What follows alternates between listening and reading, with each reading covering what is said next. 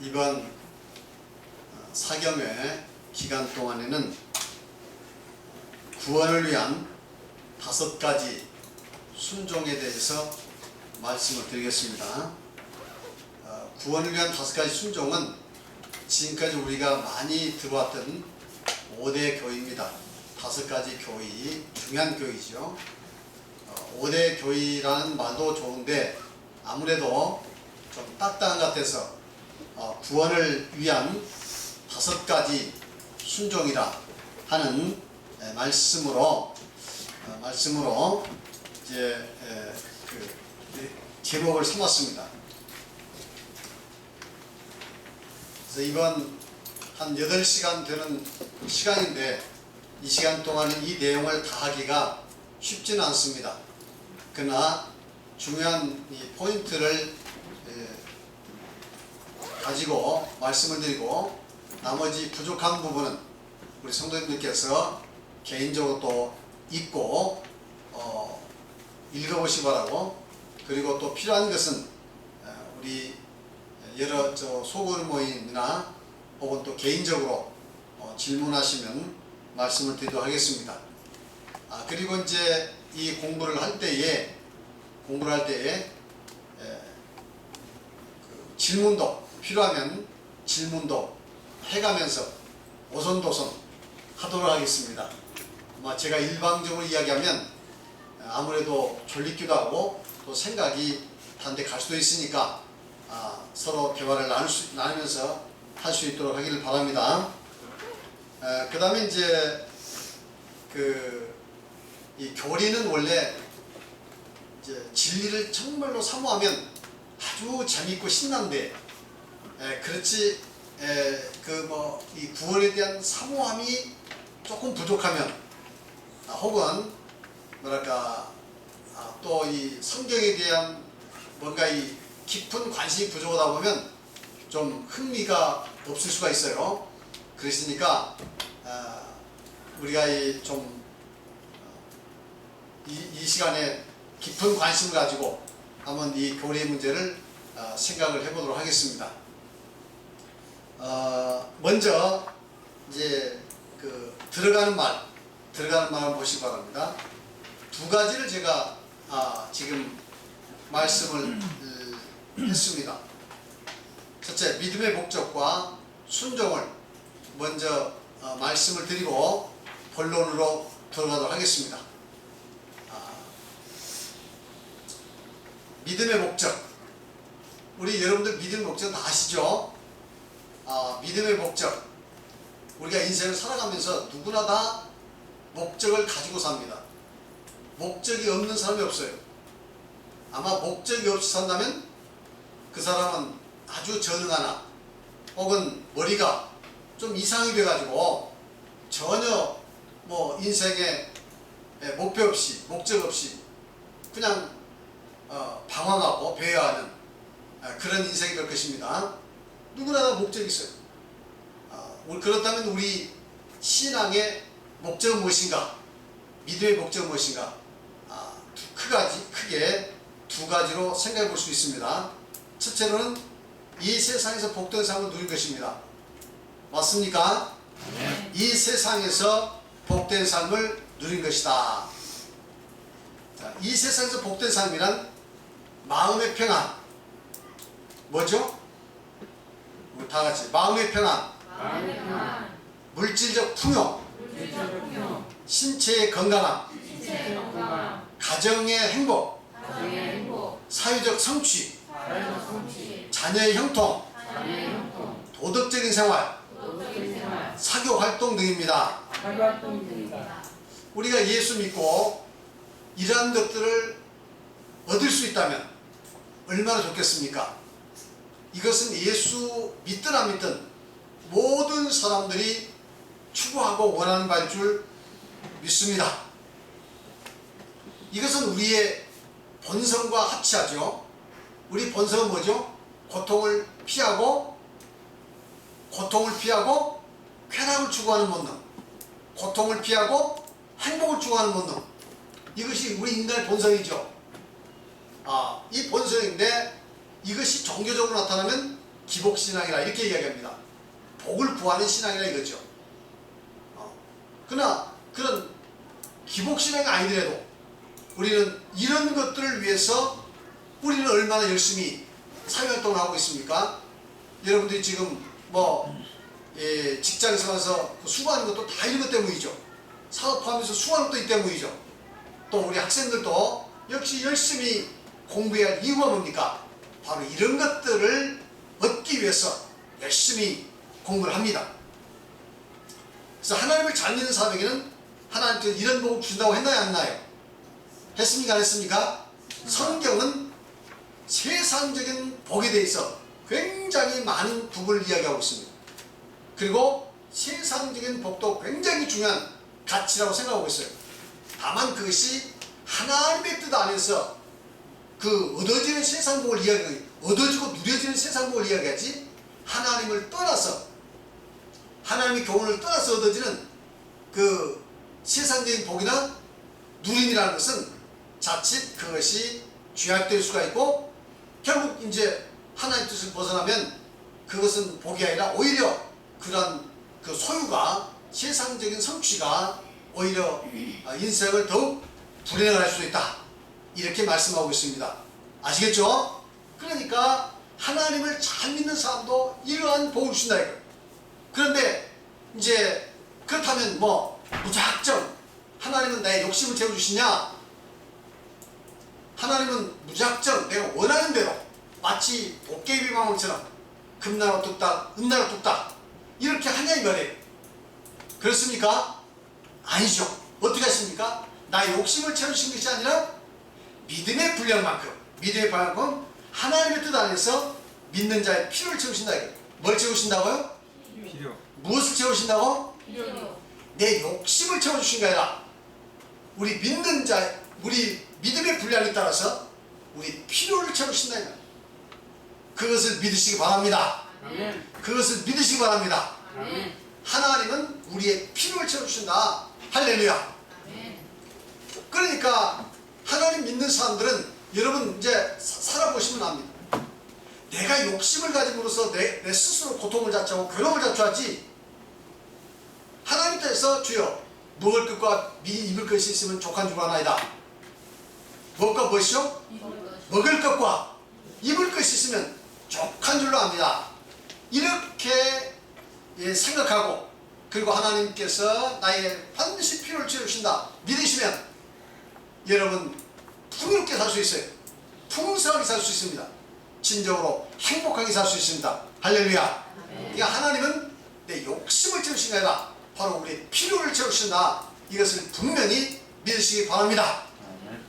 그렇게 믿고 살면요, 하나님께서 그 사람의 이제 은사 혹은 그 사람의 필요에 따라서, 믿음의 분량에 따라서 어떤 사람은 물질을 더 많이 주시기도 하고, 어떤 사람은 명예를 주시기도 하고, 또 어떤 사람들에게는 여러 가지 재능도 주시기도 하고, 어쨌든 이렇게 이제 필요에 따라 풍성히 채워주신다 하는 것을 분명히 믿으시기 바랍니다.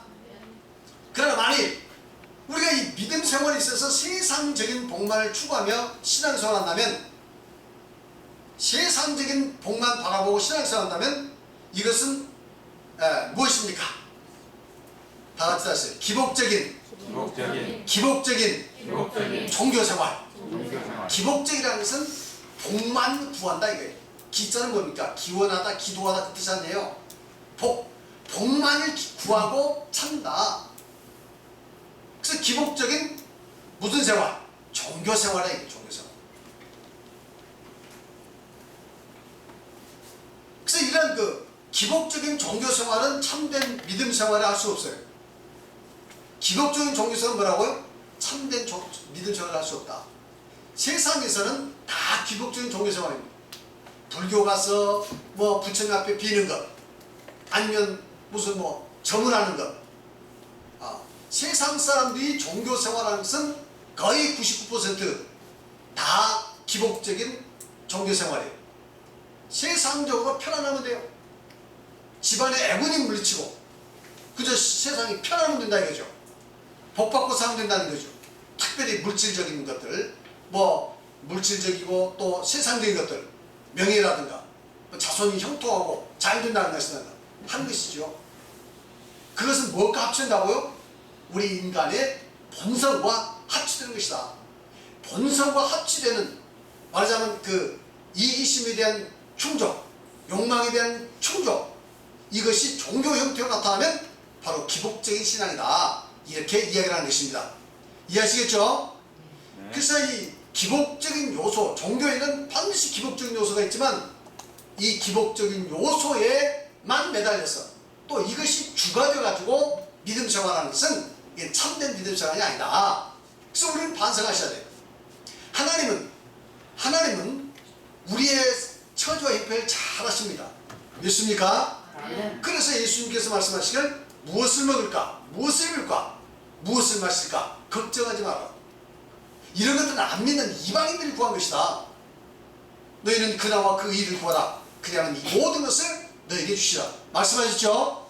그러니까 우리는 하나님 앞에는, 하나님은 우리 다 쓴다 이거예요.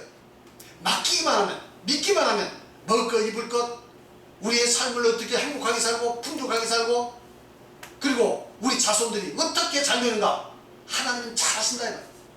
또 그 법칙을 잘 정해놨습니다. 그 법칙의 핵심이 바로 십계명이죠. 왜냐하면 십계명은 하나님께 말씀하시길 하나님을 사랑하고 그 계명을 지킬 때에 몇 대까지? 1000대까지 은혜를 주신다. 할렐루야. 아멘. 그러니까 이런 법칙을 정하셨고 하나님 다 하신다 이거예요. 우리가 과도하게 걱정하고 염려해서 또 내 욕망에 따라서 너무 과도하게 이렇게 집착하다 보니까 거기에서 스스로 고통을 취하고 스스로 고민된 것을 스스로 만들어내고 스스로 불행이 빠진다 이거. 그냥 모든 것을 내놓고 하나님께 맡기고 하나님이 아시죠. 내 인생 하나님이 아시죠. 하나님께서 내 인생을 책임져 주십시오 하고 맡기면 하나님께서는 다 우리의 삶을 책임져 주실 줄 믿습니다. 아멘. 우리 마음에 평안 주시고 우리 마음속에 기쁨을 주시고 감사를 주시고 넘치게 해주신다 이 말이에요. 믿습니까? 아멘. 믿습니까? 아멘. 할렐루야. 큰 소리로 아멘 하시기 바랍니다. 할렐루야. 아멘. 이렇게 믿으셔야 돼요.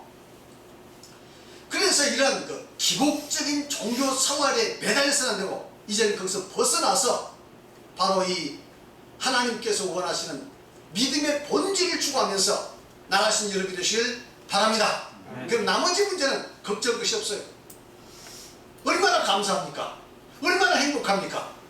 저는 우리 군산 참되게 나오는 우리 선배님들 모두가 다 이와 같이 기복적인 종교성에 매달려가지고 믿음 생활에도 도리어 불행을 자초하고 종교적 짐을 자초하고 고통을 자초하는 저희들이 아니라 이제는 벗어나서 마음에 참된 자유를 얻고 마음에 참된 평안을 얻고 그야말로 이 풍성하고 감사가 넘치는 그 놀라운 복된 삶을 사시는 우리 성도들이 다 되시길 바랍니다. 아멘.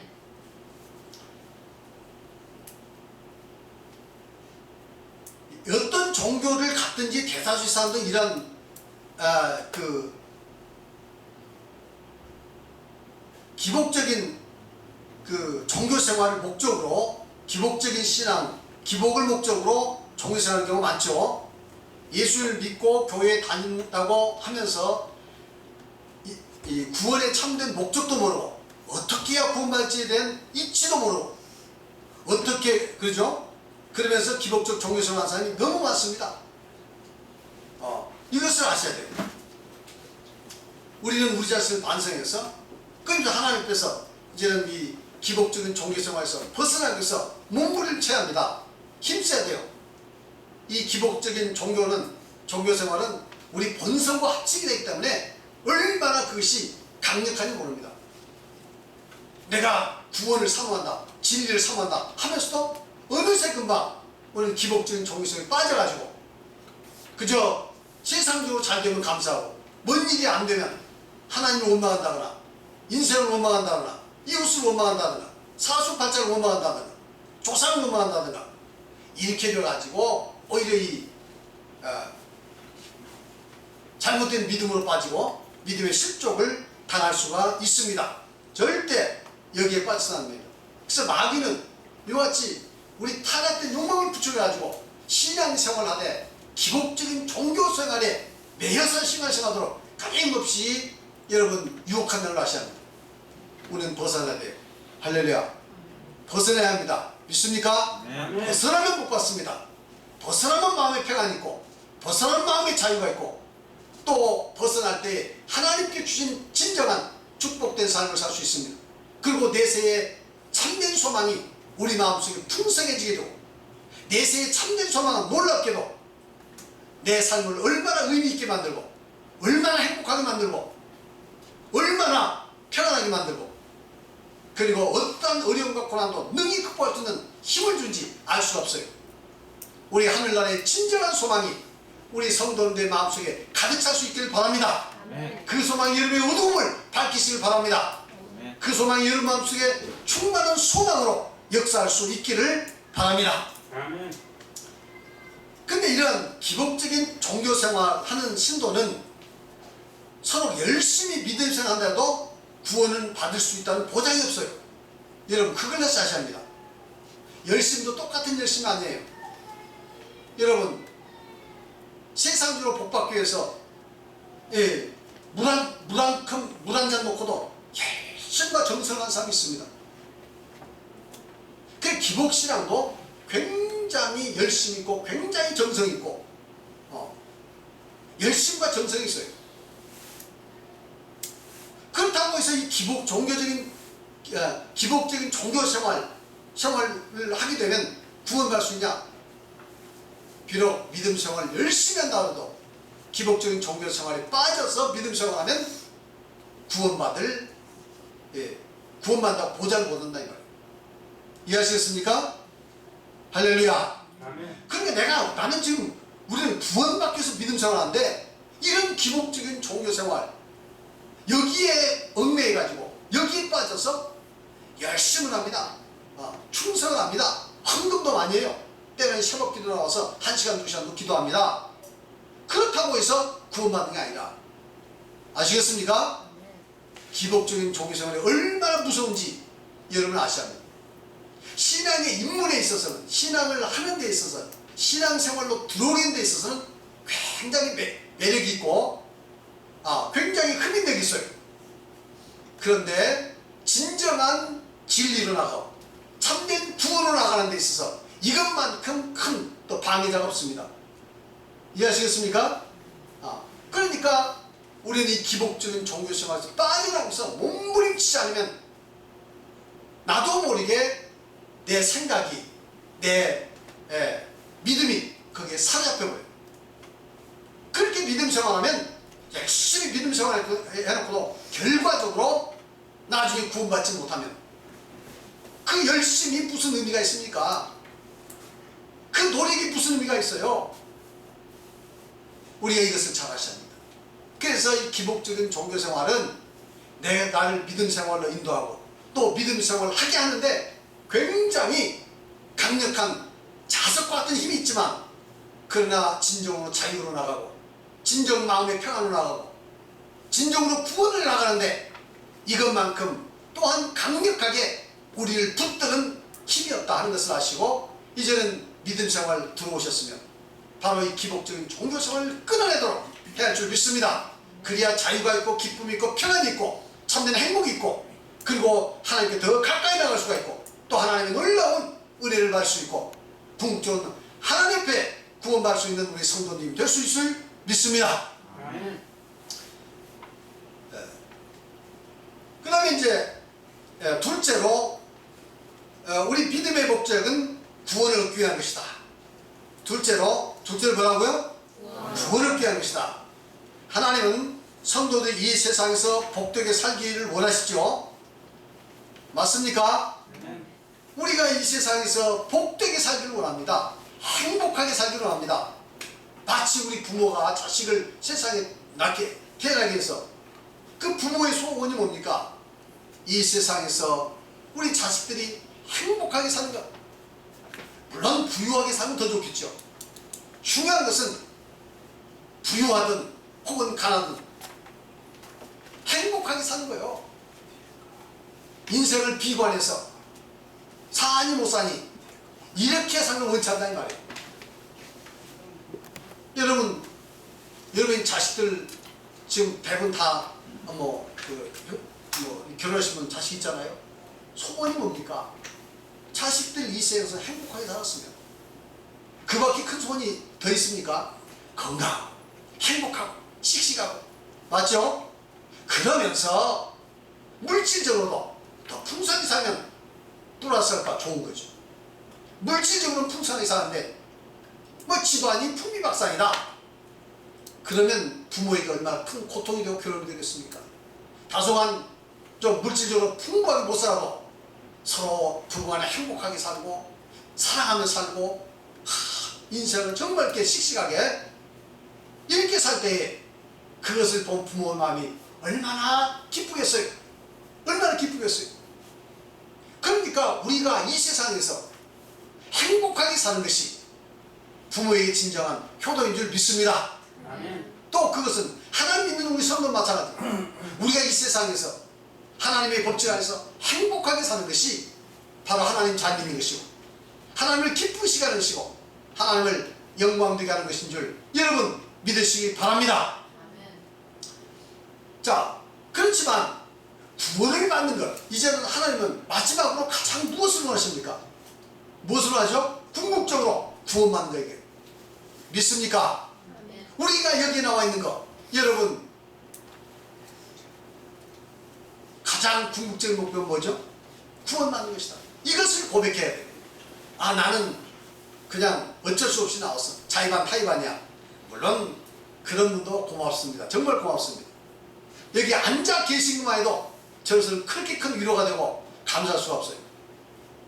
그런데 좀 더 믿음이 자라서, 난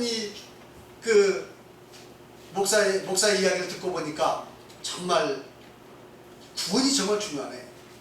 이 세상은 잠시 잠깐이고 정말 이 하늘나라는 것이 정말 중요하구나.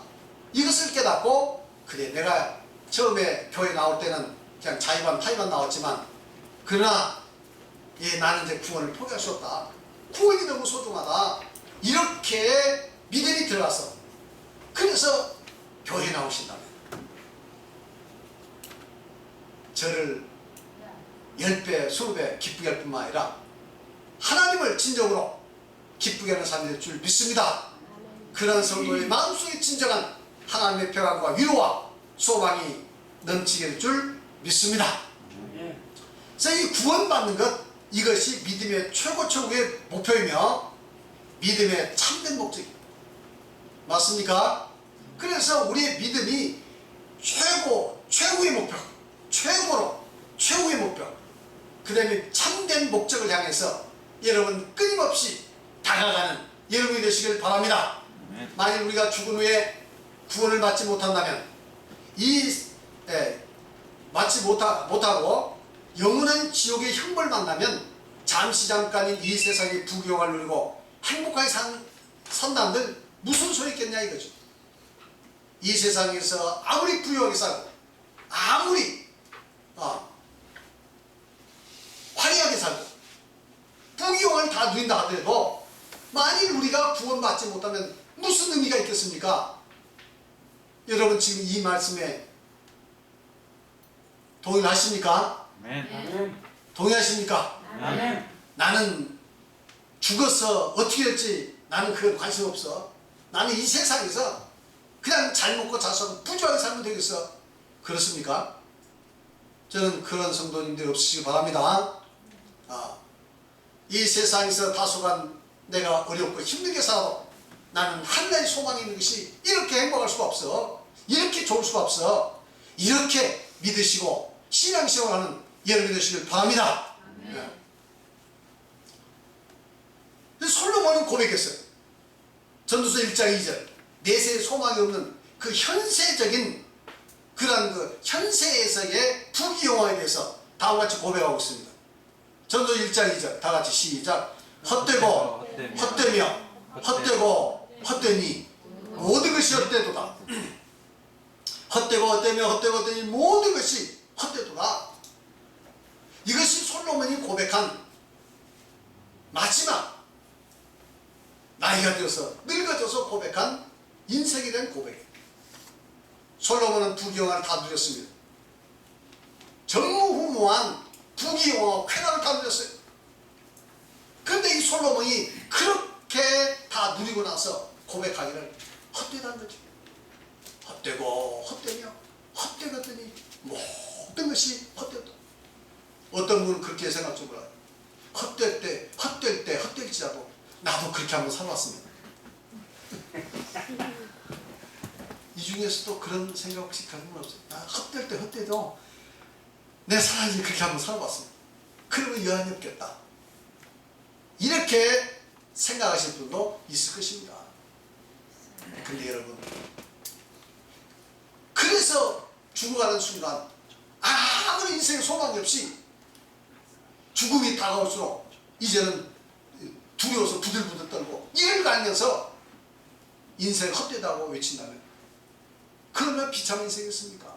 여러분, 내세에 참된 소망이 있는 인생이 가장 행복한 줄 믿습니다. 마지막 죽어가는 순간 하나님 감사합니다. 이제는 육체의 장을 벗어나면 영원한 하늘에 갈 수 있습니다. 할렐루야. 이렇게 소망 가운데서 죽음을 맞이할 수 있다면 이 성도가 가장 행복한 성도를 믿습니다. 이 성도가 진정으로 성공한 인생을 산 성도일 줄 믿습니다. 여러분 분명히 아셔야 합니다. 이 세상은 잠시 왔다 잠시 간 나그네 인생. 그래서 우리는 이 내세의 소망을 붙들고 이 소망 가운데 사는 여러분이 되시길 바라고, 이 소망이 튼튼해진 가운데 여러분이 이 세상에서도 하나님께 주시는 놀라운 은혜와 축복을 여러분 삶 속에 누리고 자자 손손 속에 누릴 수 있는 여러분이 되시길 바랍니다. 아멘.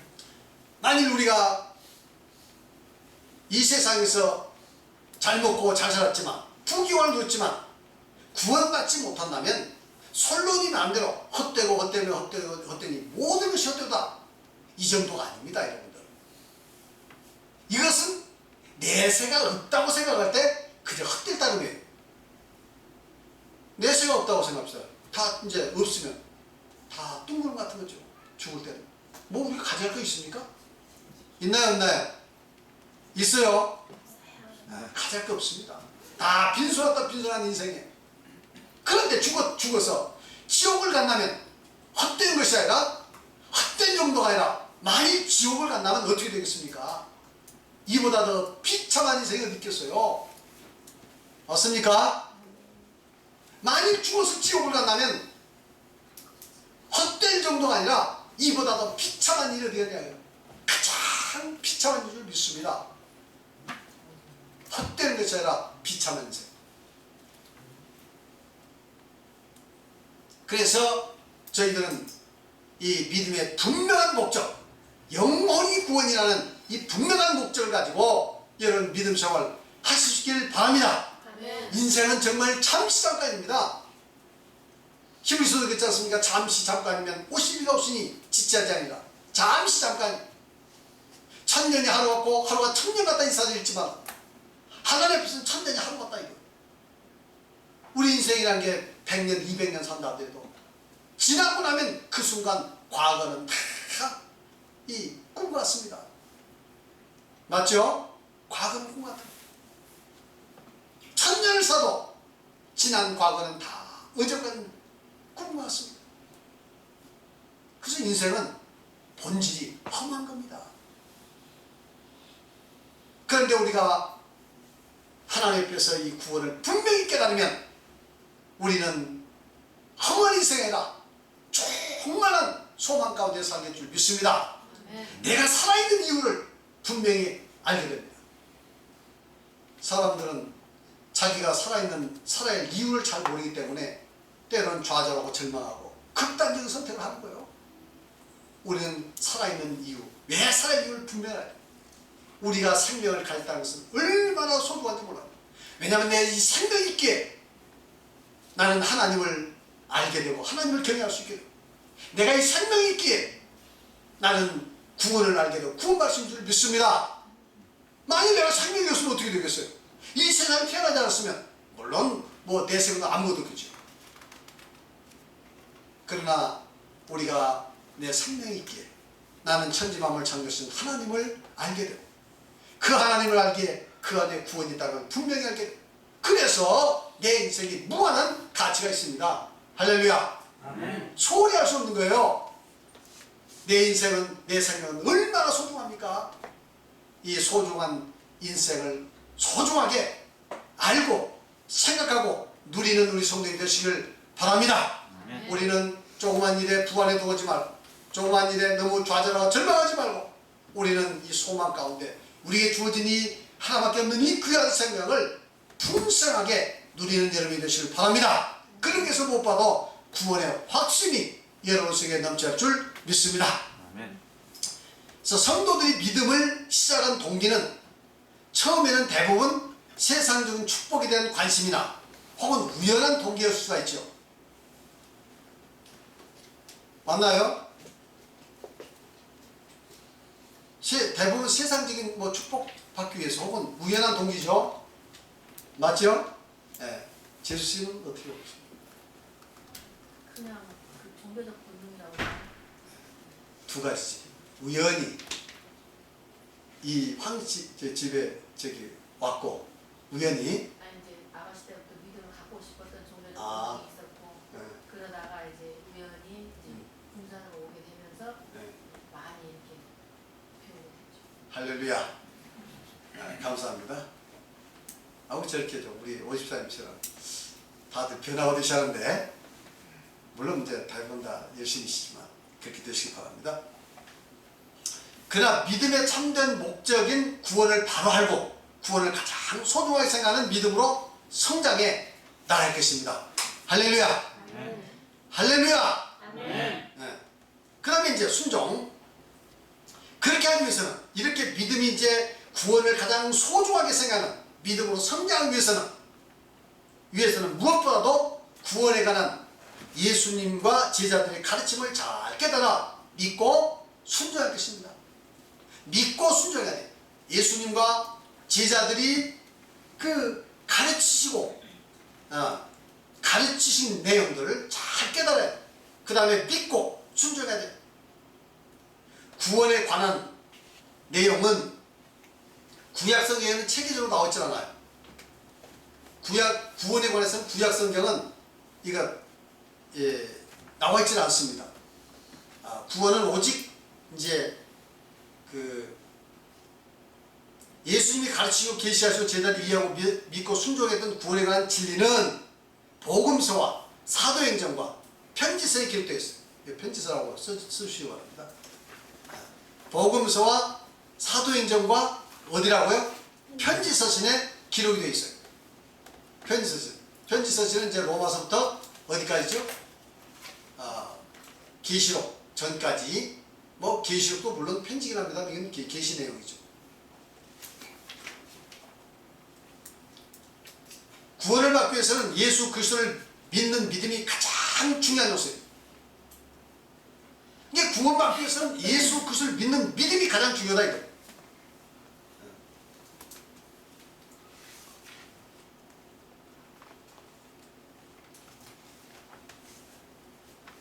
그렇지만 단지 믿었다고 모두 구원받는 게 아니다. 그걸 아셔야 합니다. 예수를 믿었다고 다 구원받는 게 아니에요. 심지어는 우리 참빛교회 안에서도 맞습니다. 여러분 예수 믿다고 참빛교회 나왔다고 다 구원받습니까? 그거 아닙니다. 아까 이야기했지만 기복적인 종교생활을 매가지고 1세기 동안 믿음 생활하면 아무리 열심히 믿었어도 그 사람 구원 없습니다. 이해하시겠죠? 그래 믿었다고 구원받는 게 아니에요. 믿었다고 구원받는 게 아니에요. 구원을 받기 위해서는 예수 그리스도를 믿는 신도라면은 반드시 예수님께서 구원을 위해 분부하신대요. 야, 구원받으려면 이렇게 해라 하고 분부한 게 있겠죠? 맞나요, 안 맞나요? 예를 들어서 세례, 성령, 세족, 안식 등 이렇게 하면 구원받는 내용이 나와 있어요. 이렇게 해야 한다, 이렇게 한다, 구원받으라고. 그것을 믿고 또 제자리 시키는 내용들을 믿고 순종을 해야 돼. 순종. 순종. 아시겠죠? 순종이 없는 믿음은 거짓된 믿음이며 죽은 믿음입니다. 순종이 없는 믿음은 무슨 믿음이라고요? 순종이 없는 믿음 무슨 믿음? 거짓된 믿음. 순종이 없는 믿음 무슨 믿음? 거짓된 믿음. 큰 소리 하세요. 큰 소리로. 거짓된 믿음이요. 또 무슨 믿음? 죽어있는 믿음이라 이거예요. 순종이 따르지 않는 믿음으로는 구원받을 수가 없어요. 아니 지금 믿고 구원받으라고 하면서 순종도 안 하면서 어떻게 구원받겠습니까? 여러분들 그렇죠? 순종에는 크게 두 가지만 할 수 있어요. 첫째, 세상에서 복되게 살기 위한 교훈에 대한 순종. 우리가 세상에서도 하나님의 은혜 가운데서 복되게 살려면 말씀을 순종해야지. 말씀은 순종 안 하면서 그냥 복되게 살 그런 욕심만 있어가지고 복되게 살 수 있습니까? 세상에서도 여러분 하나님 믿고 잘 되시려면 가정이 잘 되고 가정이 평안하고 가정이 행복하고 그리고 사회적으로 여러분 잘 되고 자식이 자자손도 잘 되려면 하나님 말씀을 순종해야 합니다. 순종 안 하면서 잘 살겠다는 그런 욕심만 가지면 안 돼요. 오히려 그러면 더 사람이 불행해집니다. 그래서 예수 믿어도 왜 불행해지냐? 예수 믿어도 왜 가정이 불행하냐? 말씀을 순종하지 않기 때문에. 아시겠습니까? 그 예수 믿는다고 저절로 가정이 다 잘 되어버립니까? 여러분들? 그렇지 않습니다. 예수 믿어도 가정에 어려움이 있고 불행할 수가 있어요. 그 이유는 믿어도 말씀에 입각해서 제대로 믿지 않기 때문에. 그러니까 여러분들 말씀에 순종을 해야 합니다. 그래야 가정에 진정한 행복이 있고 복된 삶이 열리게 될 줄 믿습니다. 자, 그러면 그런 그 복되게 살기 위한 교훈에는 뭐뭐 있었냐면 도덕적 교훈. 도덕적 교훈. 그러니까 도덕적으로 이렇게 살아 저렇게 하는 도덕적 교훈이 있죠. 그 다음에 충성에 대한 분부. 교회에서 하나님을 위해서 어떻게 충성해라는 충성의 내용도 있잖아요. 안식일을 지켜라. 또 다 하나님께 지켜라는 거죠. 계율이죠. 그 다음에 우리 교회를 위해서 어떻게 충성해라. 그러면 교회만 가방 들고 왔다 갔다 오고 손님처럼 그러면 복을 받겠습니까? 받을 수 있나요? 그건 못 받습니다. 교회 와서 뭐라도 청소라도 해야 하고 또 식사 당번도 하고 그 다음에 교회에서 또 헌금도 하고 헌금을 해야 이 교회가 유지되지. 헌금 안 하면 교회가 유지되겠습니까? 그래서 성경에서 11조라고 하는 말도 있고 다 이런 거 다 충성입니다. 뭐 안 하셔도 저는 탓하지 않습니다. 그러나 복을 받으시려면 11조도 하시라고 안식헌금도 하시라고 우리가 물질로서 하나님께 정성을 들 때 내 정성이 물질을 통해서 하나님께 전달되는 줄 믿습니다. 내 정성이 내 믿음과 정성이 무엇을 통해서? 물질을 통해서 하나님께 전달되는 거예요. 왜? 성경에서는 뭐냐면 내 보물이 있는 곳에 내 마음이 있다고 했습니까? 내 보물이 있는 곳에 내 마음이 있다. 이와 같이 하나님께 물질을 들 때 희한하게도 물질을 따서 마음이 하나님께 전달됩니다. 아시겠죠? 그래서 하나님께서 그런 믿음과 정성을 보시고 복을 주신 줄 믿습니다. 그래서 하나님 무슨 없어서 그러시겠어요? 하나님 천지만물 창조하신 분인데 왜 성경에서 11조 해라 아니면 헌금해라 그 이야기 했어요. 말하자면 우리의 그 하나님께 대한 진실된 마음, 정성된 마음 이것을 이제 하나님께 드리기 위해서 그런 것이다. 아시겠죠? 그 다음에 선행에 대한 공고. 성경에서 뭐 선을 행하는 일이 많잖아요. 어려운 사람을 돕는다든가 이웃에게 친절한다든가 또 원수를 사랑한다든가 용서한다든가 이건 다 선행이에요. 이 선행에 대한 권고가 얼마나 많습니까? 그 다음에 죄에 대한 경계. 이런 죄를 짓지 말라 하는 경계들이 있죠. 맞나요? 그래서 이러한 성경에 많은 교훈들이 있어요. 이 교훈들을 우리가 정말 성실하게 실천하기 힘쓸 때 100%다 실천할 수 있다는 건 아니지만 그러나 얼마나 정성을 담아서 얼마나 하나님 말씀이라는 하나님 말씀에 대한 이런 권위를 가지고 이렇게 순종을 할 때 하나님께 복을 주신다. 여러분 그래서 여러분 세상에서도 복된 삶을 사시길 바랍니다. 이런 것들은 구원과 직접적인 관계 있는 거 아니에요. 내가 도덕적으로 선하게 많이 살았다고 해서 그걸로 구원받고 내가 좀 도덕적으로 부족하거나 혹은 충성이 부족하거나 그렇다고 해서 구원이 없는 건 아닙니다. 이해하시겠습니까? 세상에서는 세상의 대부분 종교는 이런 것을 가지고 구원을 판단합니다. 얼마나 정성이 있냐, 얼마나 열심히 있냐, 얼마나 구제선행 많이 했느냐 이것을 가지고 이 구원의 척도를 삼으려고 합니다. 근데 성경에서는 이런 것들이 중요하긴 하지만 이 구원을 좌우하는 건 아니에요. 이러한 것들은 이 세상에서 복되게 살고 만약 구원을 받는다면 천국에서 상급과 영광이라는 것입니다.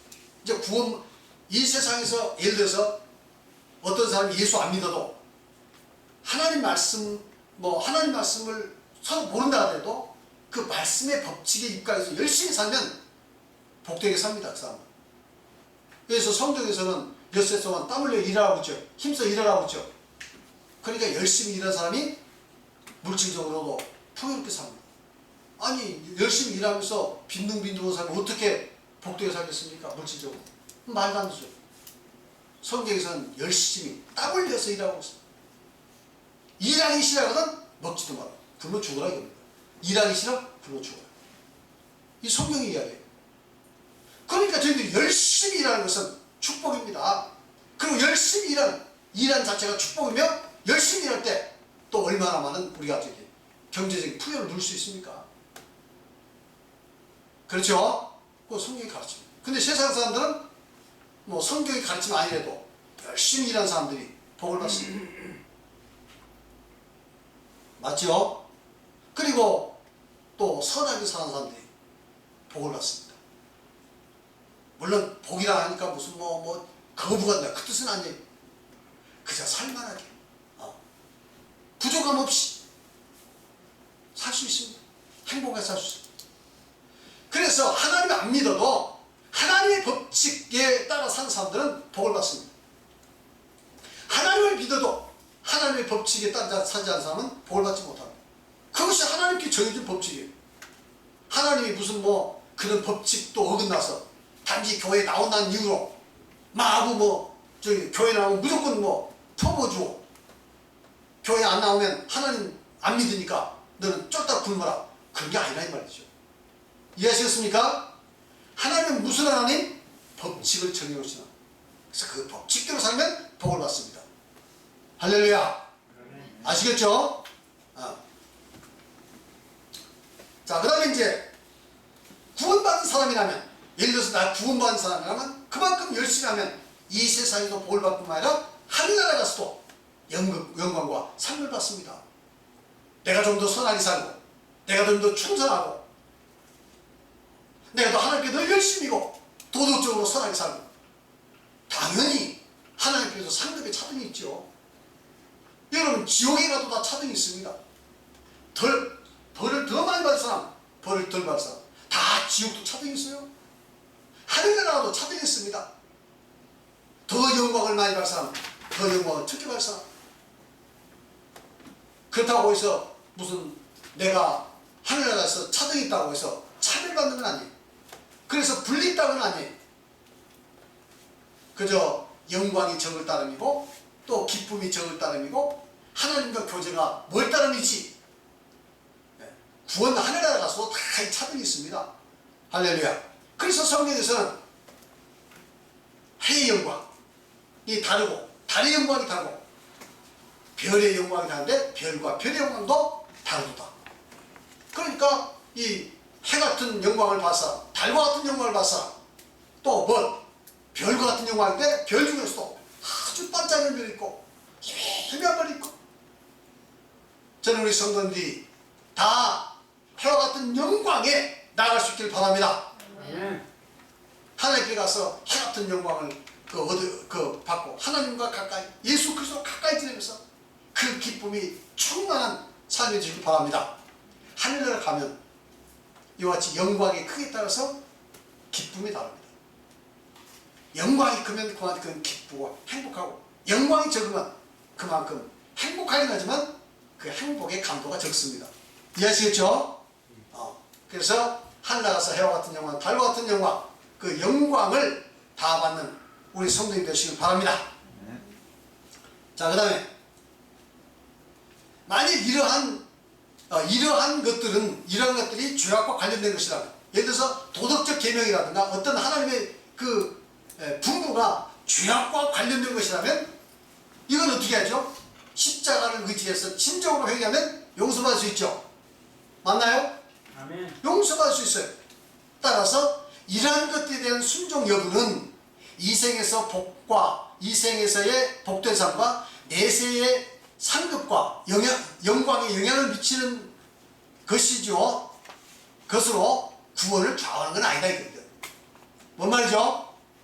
그래서 이와 같이 도덕적 계명이나 혹은 충성에 대한 요구나 혹은 선행에 대한 공부나 죄에 대한 경계, 이런 것들은 구원에 근본적으로 영향을 미치는 건 아니다. 이해하시겠습니까? 복된 삶과 내세의 상급, 그리고 그것이 죄악과 관련되어 있다면 회개하면 용서받을 수 있는 것이기 때문에, 물론 회개치 않으면 뭐 그것도 결국은 심판받는 거죠. 그러나 회개하면 다 해결되기 때문에 그것이 구원과 관련되어 있는 것은 아니다. 직접적인 관련. 이해하시겠죠? 그럼 두 번째, 이제 구원에 관련된 순종이 있어요. 구원에 관련된 순종. 아시겠습니까? 이게 중요한 거예요. 구원에 관련된 순종이에요. 구원에 관련된 순종. 자, 구원에 관련된 순종은 반드시 순종해야 하며, 무슨 뜻인지 아십니까? 구원에 관련된 순종은 반드시 순종해야 하며, 만일 순종하지 않는다면 구원받을 수 없는 거예요. 이해하시겠습니까?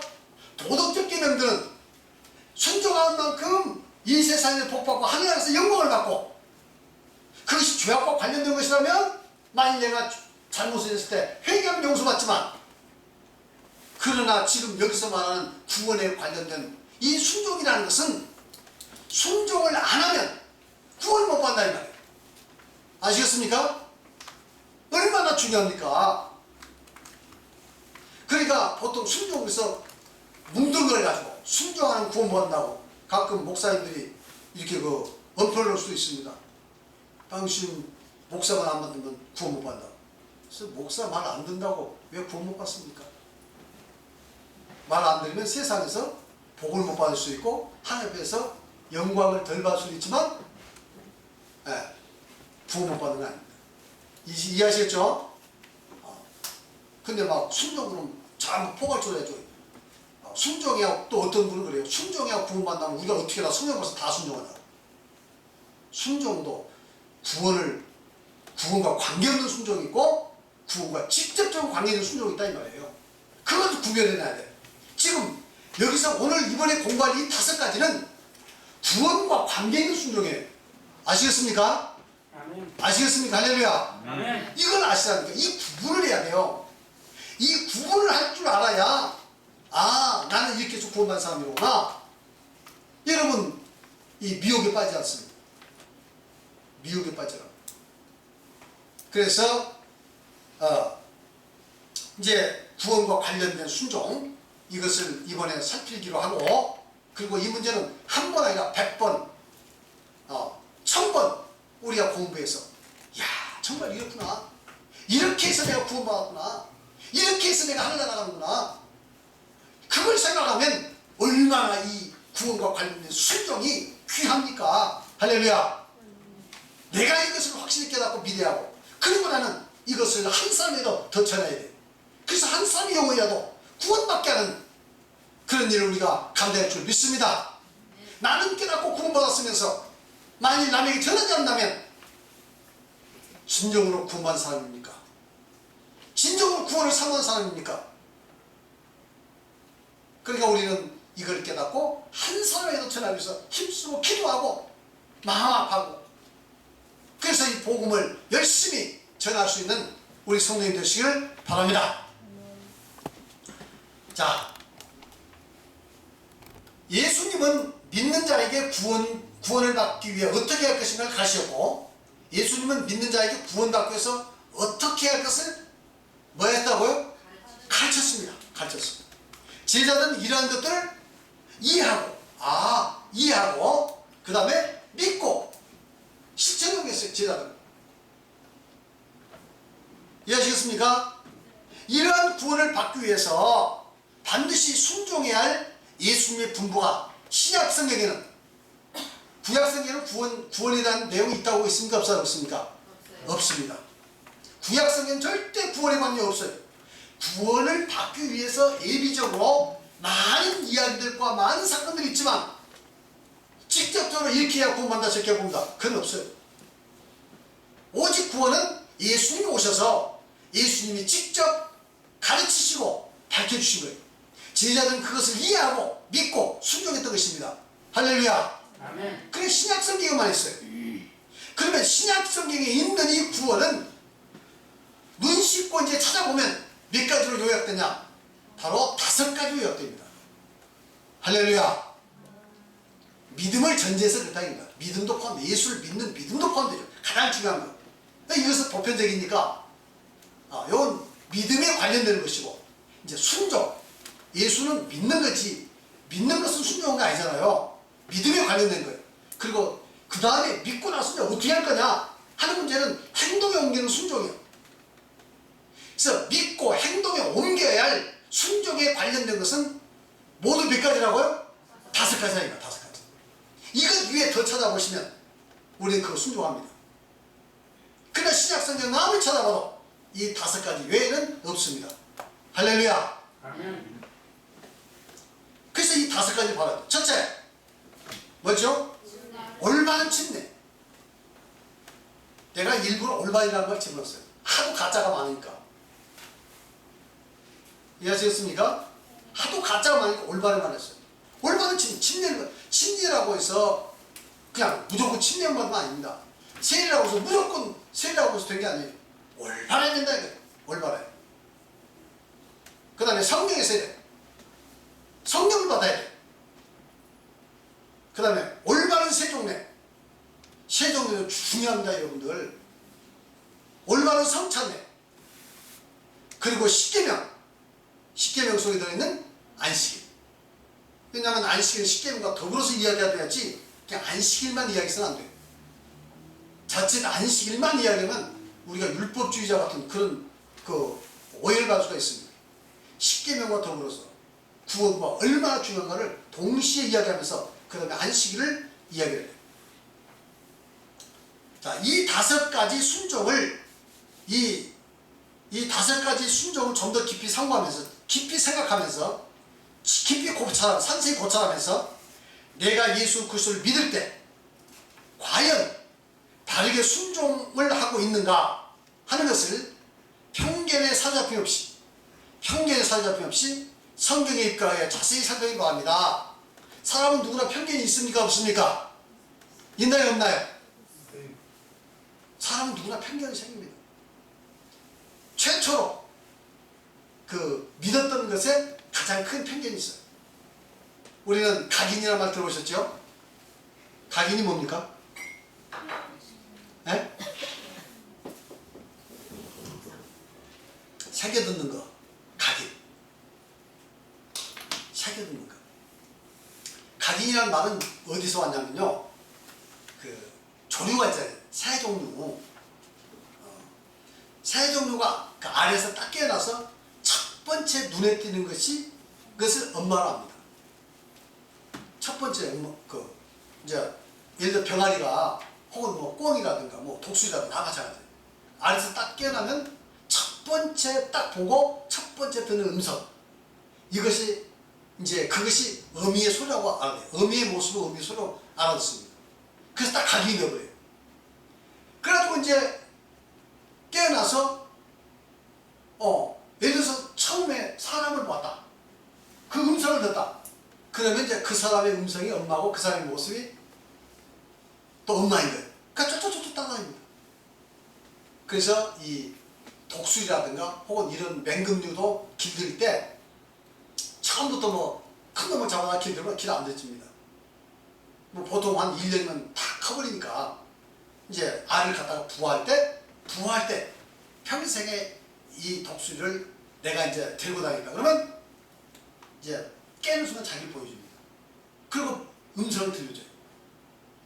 그럼 이제 얘가 깨서 짝짝짝 따르면서 엄마 집으로 따라다닙니다. 근데 모이 주고 이렇게 아무리 커도 이제 얘는 엄마인 줄 알고 항상 곁에 떠나지 않습니다. 그래서 길들인 거예요. 그래서 거기서 나온 말이 각인이에요. 그 사람은 첫 번째 듣고 첫 번째 종교생활도 첫 번째 가서 종교생활 어디 가서 하면 그냥 그것이 각인이 되어가지고 이것을 바꾸기가 쉽지 않습니다. 이해하셨습니까? 쉽지 않아요. 그래서 그것이 머리를 우선권 딱 옷을 점령해버려요. 이것을 바꾼 데는 얼마나 어려운지 알 수가 없습니다. 그래서 이미 편견이 딱 생기고 편견의 안경을 딱 끼게 되는 겁니다. 이해하시겠죠? 그럼 우리가 구원받으려면 이 편견에서 깨어나지 않으면 구원 못 받습니다. 할렐루야. 아멘. 여러분이 여기도 마찬가지예요. 여러분이 여기서 배웠다 하더라도요, 편견 가지시면 안 돼요. 살펴보셔야 돼요. 이해하셨습니까? 비교를 해보셔야 돼요. 그래서 이와 같이 편견에 사로잡히면 그 사람이 참 다행히도 처음부터 올바른 데 딱 왔습니다. 처음 새가 깨어나자마자 진짜 엄마를 봤어. 엄마 음성을 들었어. 그러면 진짜 엄마를 보고 진짜 엄마를 따라다닌 겁니다. 속은 게 아니에요. 처음에 딱 해가지고 엄마가 아닌 뭔가 사람을 보고 봐버렸어. 음성을 들었어. 그래서 평생 사람이 이게 자기 엄마인 줄 알고 따라다녀. 그건 어떻게 되는 거죠? 그건 속고 있는 겁니다. 뭐 때문에? 각인 때문에. 맞죠? 그래서 안 그렇습니까? 그러니까 엄마를 엄마로 제대로 봐야지.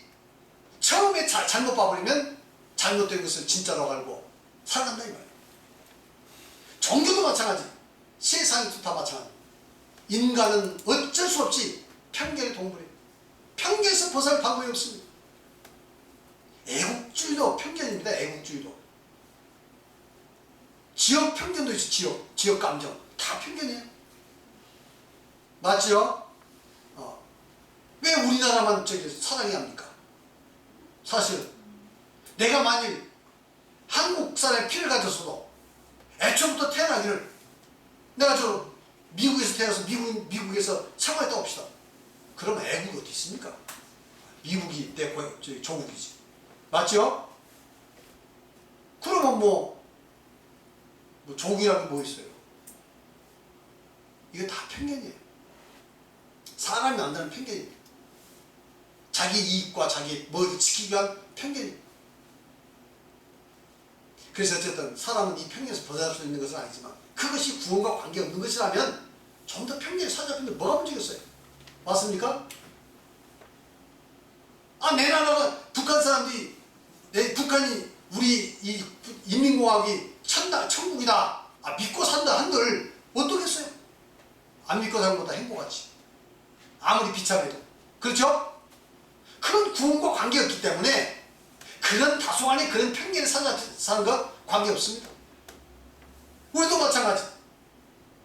부부간에 살면서도 이 남편, 이 아내가 이 세상에서 가장 좋은 사람이라고 그렇게 편견에 사로잡혀 살아야지. 객관적으로 보면 아닌 것도 많아요. 그렇죠? 아닌 것도 많지 뭐. 그러나 그렇게 편견에 사로잡혀 살면 행복합니다. 할렐루야. 그런 편견은 좋은 거야. 그런 편견은 관계없어. 그러나 구원에 관련되어 있다면 이 편견이 말로 무서운 겁니다. 만일 나는 이것이 진리도 아닌데 이렇게 해서 구원도 못 받는데 그것이 진리인 줄 알고 믿었다면 나중에 그거 어떻게 되겠어요? 그 편견이 말로 정말 영혼을 망하는 것입니다. 그러니까 이 구원에 관련돼서는 편견을 벗어나야 돼요. 벗어나야 돼요. 정말 그런가?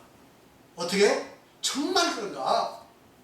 정말 황 목사의 말이 맞은가? 정말 그런가? 그래서 성경을 보아셔야 돼요. 만일 여러분들이 제가 진실이라면, 제가 진리를 전하고 제가 전하는 것이 이것이 구원받을 참된 진리라면 여러분 그 편견에 사협해도 관계없습니다. 왜? 이 새가 깨어났다보다 의미를 받습니까? 진짜니까. 그럼 이제 평생 쫓아다니는 관계없어. 이해하시겠죠? 아멘.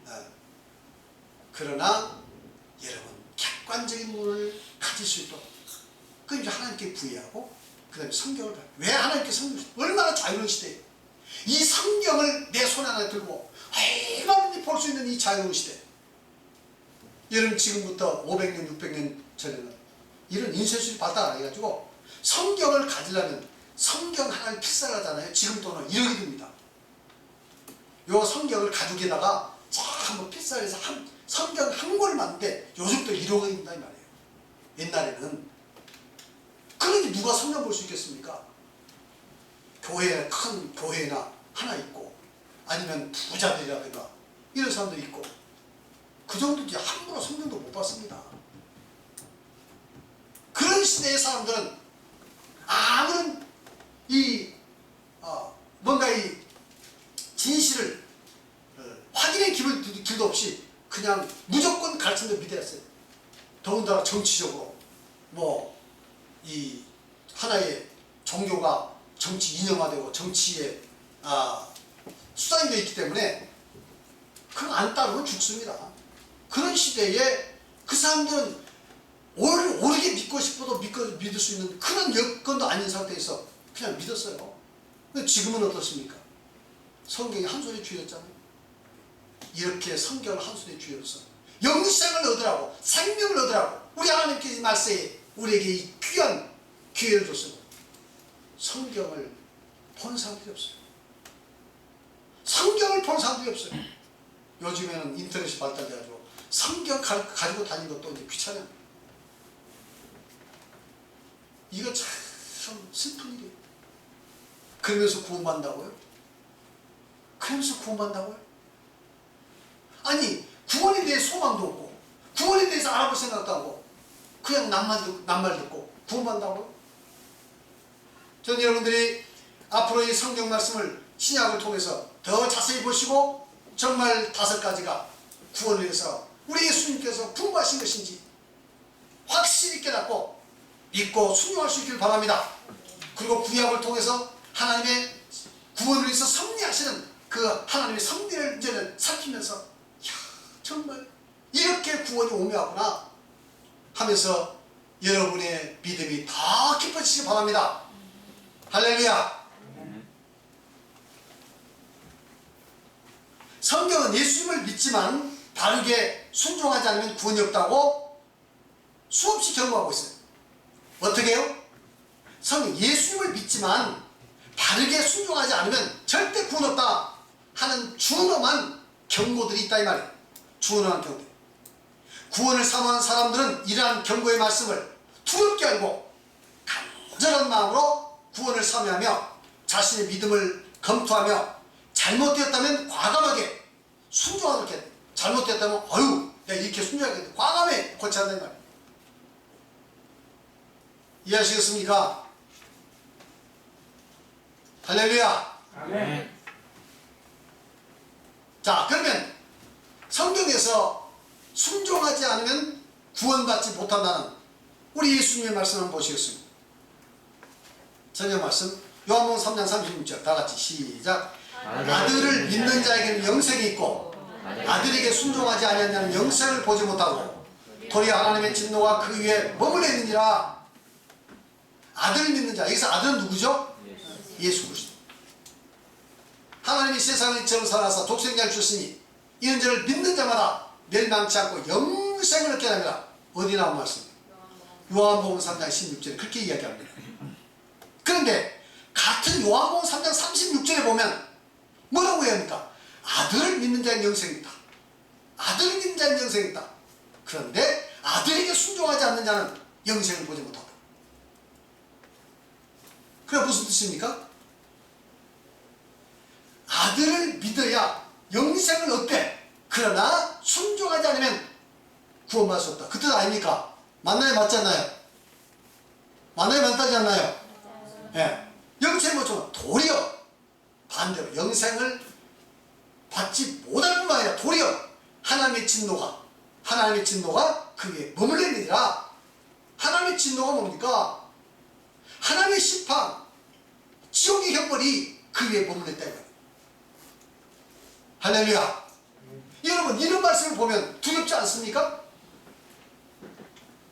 여러분 이런 말씀은 두렵지 않습니까? 내가 예수 믿긴 믿는데 진짜 순종하고 있나? 여러분 이렇게 생각되지 않습니까? 이런 말씀을 볼 때 두려운 마음으로 내 자신을 반성해 보는 그런 믿음을 가진 사람이 정직한, 하나님 앞에서 정직한 사람이고 구원받을 수 있는 사람이에요. 이런 말씀 들어도 맹수하니 이런 말씀 있어? 아 이게 나하고 무슨 관계 있겠어? 이렇게 생각하는 사람들은 정말 구원받기가 매우 어렵습니다. 이해하시겠죠?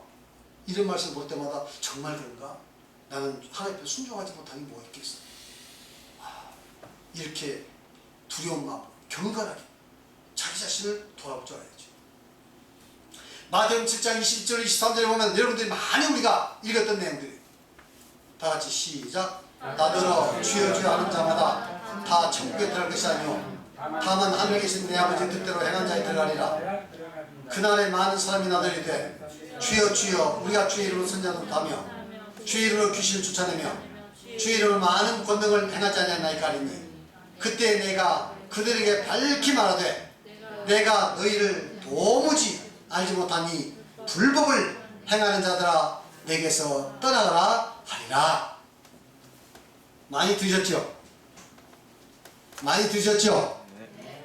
아이, 그 소리가 큰 소리. 많이 들으셨죠? 우리 예수님께서 이제 말세의 심판의 광경을 미리 제자들이 말씀하셨어요. 마지막 때 이제 예수님처럼 심판할 때 이러한 현상이 있을 것이다. 나더러 주여 주여 하는 자마다 다 천국에 갈 것이 아니라 세상 사람들이 예수님을 주여 주여 얼마나 많이 이야기합니까? 지금 지구상에 어쨌든 가톨릭을 포함해서 동방정교, 개신교 할 것 없이 성경을 믿는 사람들이 무려 15억이 됩니다. 15억. 엄청나게 많죠. 얼마나 많은 사람이 주여 주여 합니까? 주여 주여 주여 주여 한다고 예수님을 주여 주여 한다고 다 구원받냐 이거예요. 봤습니까? 못 봤습니까? 봤습니까? 못 봤습니까? 아, 큰 소리야. 받아요? 못 받아요? 못 받아요. 못 받아요. 다 구원받는 게 아니라 다만 하늘에 계신 내 아버지의 뜻대로 하는 자들이라. 뜻대로 뭐 하는 자? 행하는 자, 즉 순종하는 자를 구원받아요. 아버지의 뜻대로 행하는 자, 아버지의 뜻대로 순종하는 자, 이 사람들이 구원받는다. 할렐루야. 아멘. 그럼 우리가 이 하나님 말씀에 순종, 어떻게 해야 순종할 것인가? 이 순종을요, 여러분 아셔야 합니다. 공부하셔야 돼요. 세상에서 공무원 합격하기 위해서 얼마나 열심히 공부하나요? 세상에서 자격증을 따기 위해서 얼마나 열심히 공부해요? 그거 엉터리 자격증이야 뭐 저기 금방 따지만 진짜 가치 있는 자격증 따려면 얼마나 열심히 공부해야 합니까? 맞죠? 세상에서 우리가 인간다운 삶을 살기 위해서 얼마나 공부를 많이 합니까? 그런데 구원을 위해서는 우리가 무슨 공부를 어떻게 합니까? 성경 공부 좀 하자면 말이야. 싫어가지고 몸을 뒤틀리면서 싫은데 이런 분들이 얼마나 많아요. 성경 공부하자면 해야죠. 정말 감사합니다. 시켜줘서 고맙습니다. 이렇게 나와야 하는데 이거 뭐 그냥 뭘 그 사 들고 가면서 공부시키려고 그냥 시간 없어요. 바빠요. 못해요. 이런 사람들이 얼마나 많아요. 그러한 태도로 어떻게 하느라고 했습니까? 여러분들. 그래서 성경에 보니까 주여 준 날라 참 행복하다. 오직 하나님 계신 아버지 뜻대로 행한 자에 들어간다. 그날에 많은 사람들이, 그날이 언제죠? 심판날. 그날이 언제예요? 심판날에 많은 사람이 나들이되 주여 주여 우리가 주의 이름으로 선지자 못하며. 주의 이름으로, 누구 이름으로? 예수 이름으로 선지자를 했습니다. 선지자가 누구죠? 하나님 말씀을 전한 자들이 선지자입니다. 누가 선지자라고요? 누가 선지자라고요? 하나님 말씀을 전한 자가 선지자예요. 그러니까 요즘 말하면 선지자면 뭐 목사님, 그 다음에 우리 또 장로도 사실 선지자급입니다. 장로 정도는 교회를 다스린 정도예요. 전도사, 신부, 수녀, 하여튼 하나님 말씀을 전하는 자들이 뭐라고요? 선지자라. 내가 선지자로 됐습니다. 예수 이름으로 선지자로 됐습니다. 내가 예수 이름으로 귀신을 쫓아냈습니다. 여러분, 귀신 쫓아내면 얼마나 큰 능력입니까? 예수 이름으로 권능을 행했습니다. 막 어떤 사람이 예수 이름으로 일어나 걸어라 보니까 앉은 병이가 막 벌떡 일어나 걷다 합시다. 예수 이름으로 암이야 떠나라 했더니 그냥 암이 났다 합시다. 예수 이름으로 어떤 사람이 지금 눈먼 사람이 예수 이름으로 눈 떠라 그랬더니 눈이 밝았다 합시다. 또 어떤 사람이 사업을 하는데 예수 이름으로 사업이 잘 됐어서 했더니야 사업이 무지하게 잘 됐다고 합시다. 이런 권능을 갖다고 합시다. 그러면 당장 내가 그런 권능이 있으면 며칠 만에 막 얘기가 꽉 들어찰 거예요. 그렇죠? 병드는 자 다 오너라. 지금 듣고이라고 저랬죠. 병든 자 다 오너라. 아마 저기 우리 지체 장애 애들 내가 안수해가지고 좋아져! 그러면 좋아져 했더니요. 그만 머리가 다들 좋아져 버리면 뭐 다 올 거예요. 그잖아요? 또 제가 안수했더니 서울대 가라 했더니 다 서울대 가버리면 안수 받으려고 아침부터 저녁까지 그럴 거 아니겠습니까? 제가 안수해서 너 공무원 합격해 이러면 공무원 합격을 합니다. 얼마나 많은 사람이 여기 와가지고 저한테 안수 받으라고 했어요. 안수 안 해준다고. 그러나 돈 봉투 이만큼 싸가지고 와서 몰래 이거 받으시고 안수 좀 해주십시오. 안 그러겠습니까? 그러나 안 그러나요? 난 그런 생각도 해봤어. 내 말하자면 엉뚱한 상상입니다. 내가 능력이 있어가지고 이제 병 고치는 듯 막 그런 능력이 있어. 그럼 사람들이 무조건 이제 막 그 병 고침 받거나 혹은 뭐 안수 한번 받아 쫓아올 거 아니에요. 근데 이제 무조건 이게 능력을 행하면 사람들이 그 이제 진리에는 관심 없고 맨날 이제 무슨 뭐 세상적인 것에 관심 있다고 이제 쫓아올 거 아닙니까?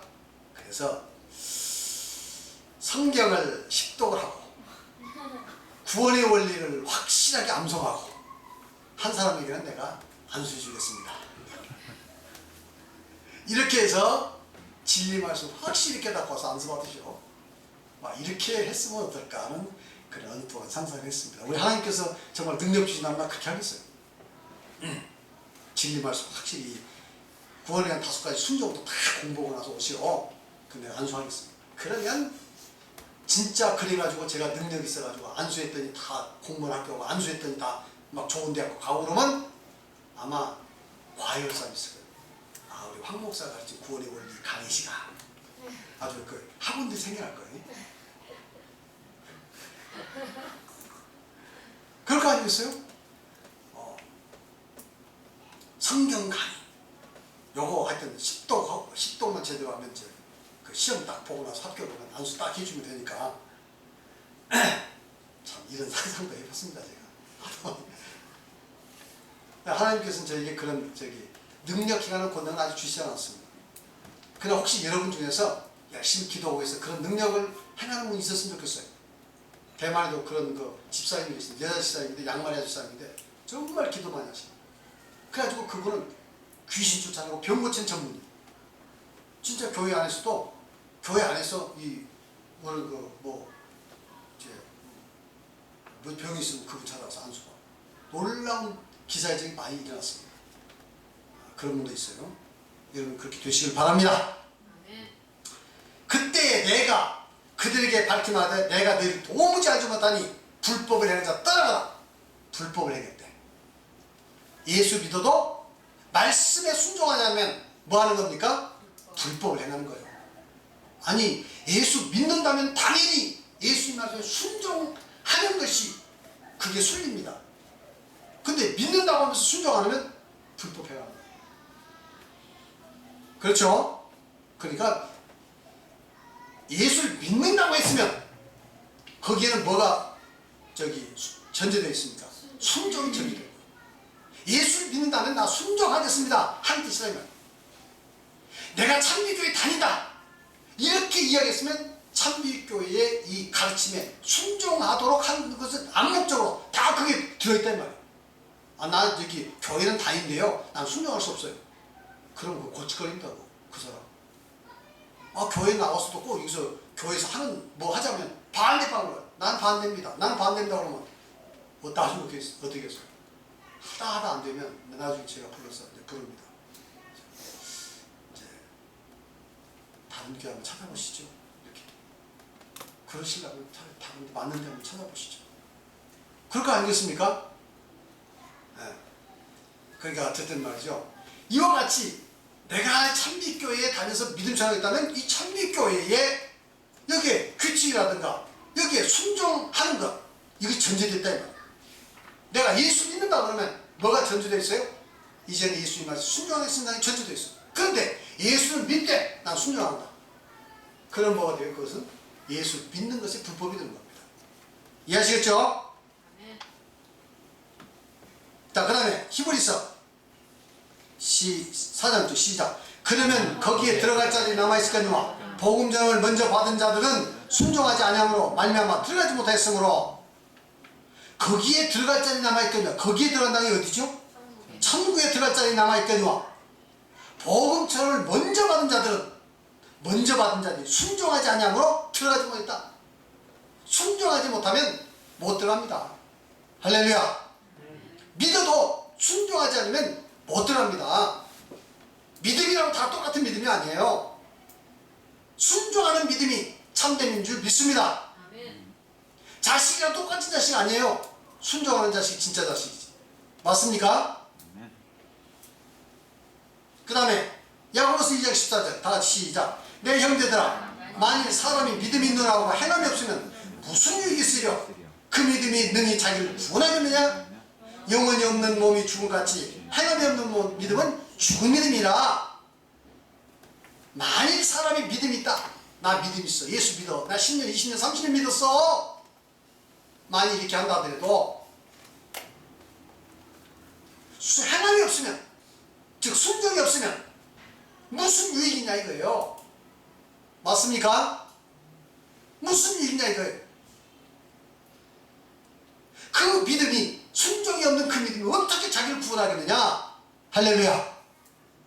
이건 도덕적인 걸 이야기하는 게 아닙니다. 물론 도덕적인 면도 표현돼 들어있죠. 중요한 것은 구원에 관련된 순종들입니다. 할렐루야. 영혼이 없는 몸이 죽음같이, 영혼이 없는 몸이 죽음같이, 다 같이 영혼이 없는 몸이 죽음같이, 영혼이 없는 몸이 죽음같이 행함이 없는 믿음은 행함이 없는 믿음은 죽은 것이니라. 죽은 것이니라. 믿습니다. 믿습니까? 이제 여러분들이 예수를 믿었으면 이제 이 세상에서 복받고 하늘나라 가시고 하늘에 가서 더 큰 영광을 받기 위해서 좀 더 여러분들 진실하게 순종하는 행함이 따르는 믿음을 가진 성도이 되시기를 바랍니다.